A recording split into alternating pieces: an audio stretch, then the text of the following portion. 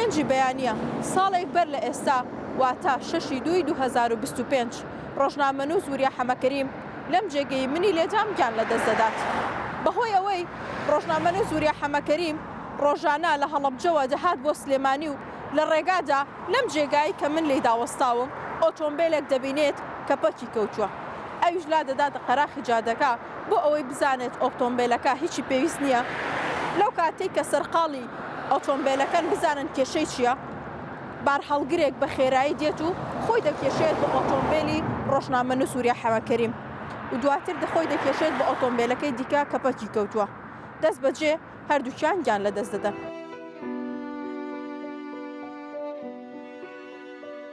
ألف لام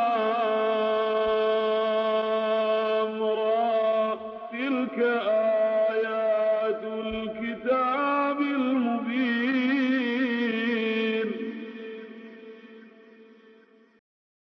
إنا أنزلناه قرآنا عربيا لعلكم تعقلون. ئەگەرچی هەرێمی کوردستان دابەش بووە بەسەر چەندین بەرەدا و هەر یەکە و ڕەنگێکە، بەڵام ووریا خەڵی کۆکەرەوەی هەموو ڕەنگەکان بوو. هەموو کەسێک لە هەموو شار و شارۆچەکان فرمێسکان بۆ ڕشت. ووریا بەتەنها مڵکی میدیایەک نەبوو، بەڵکو میوانی هەموو ماڵێک بوو، هەر لە چەوێڵە تاوەکو خانەقین و مەندەلی، لە هەڵەبجە تاوەکو دۆک و زاخۆ. من ئیسا لە مەنەلیم.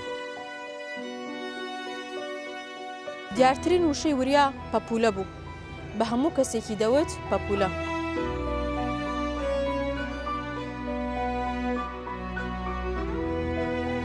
ووریا تاقانەی دایکی بوو، هەر بە هەتیوی گەورە بوو، تەنانەت باوکی خۆشی نەبینی بوو، باوکی شەهیدی ڕێگەی ئازادی کورد و کوردستان بوو.